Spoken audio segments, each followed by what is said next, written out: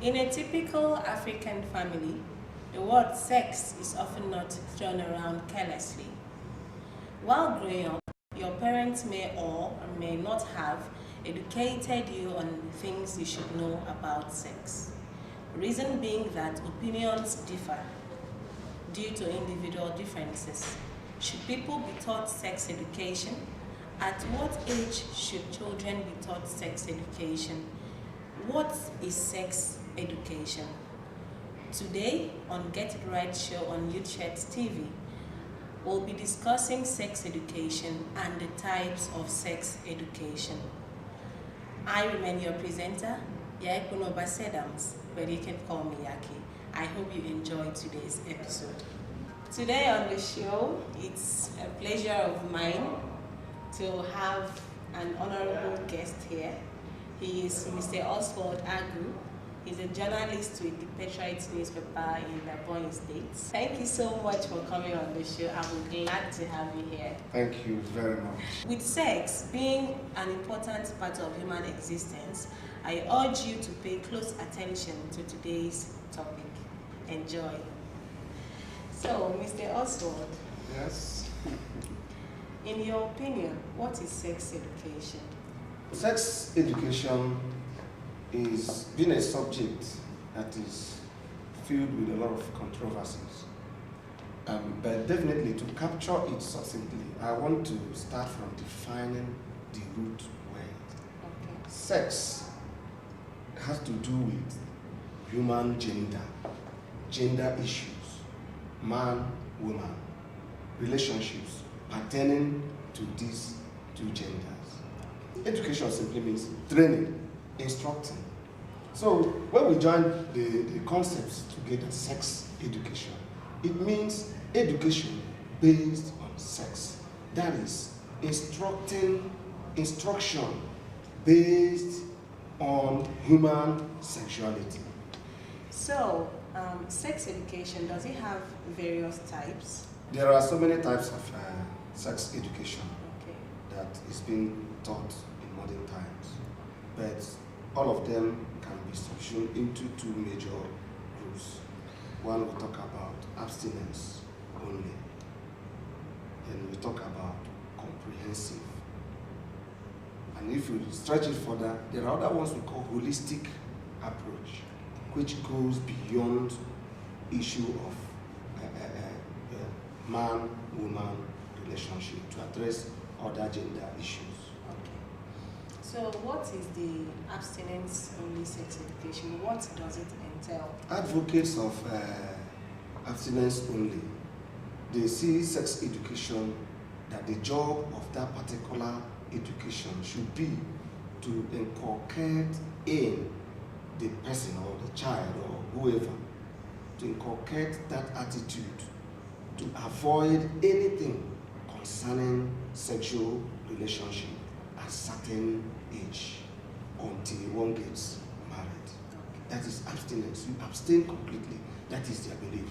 To them, they believe that that will be the solution to stemming the harms that come from sexual relationships. All right. And what of the comprehensive sex education? Under comprehensive, you find out that comprehensive incorporates abstinence, but also has other prescriptions, whereby in abstinence they say run away from sex completely. But in comprehensive, they teach you other methods, like the use of contraceptive, the use of condom, the use of Billings method or whatever method you can use in order to stem the unwanted consequences of sexual relationship at certain age. That's comprehensive. It goes beyond teaching abstinence. It teaches you ways to prevent sexually transmitted diseases such as the HIV/AIDS and the rest of it. That is comprehensive. It encompasses everything that had to do with sex and sexuality. All right, Mr. Oswald, having defined sex education and listing out the different types of sex education, in your own opinion, has sex education been going on in the society? And what are the different views of people concerning sex education? Now, when we consider it that way, we begin to define the society involved. In civilized societies, they are very liberal with this sex education. There is freedom to teach sex education. But in our own society, I mean, developing nations like Africa, for instance, we have, I can't say really that we are doing much in terms of sex education. And you see, the problems surrounding or the problems responsible for that are things like cultural inhibitions. In our society, we feel that sex is not something to be discussed openly. It's not something to be taught in schools. It's something shrouded in mystery and should be treated secretively. So that's one of the reasons why I can't say that we have attained the level we are supposed to attain in this our society in sexual education. And if you look around, you find out that there are so many unwanted pregnancies. These are pointers to the fact that we have not reached where we should be. If you go to hospitals, you see a lot of records of sexually transmitted diseases ravaging young people, especially the teenagers everywhere.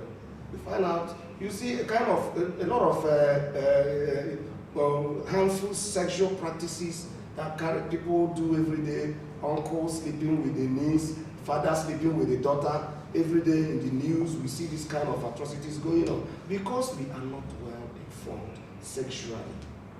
Wow, Mr. Oswald, thank you so much for those points. It's my pleasure. Yeah.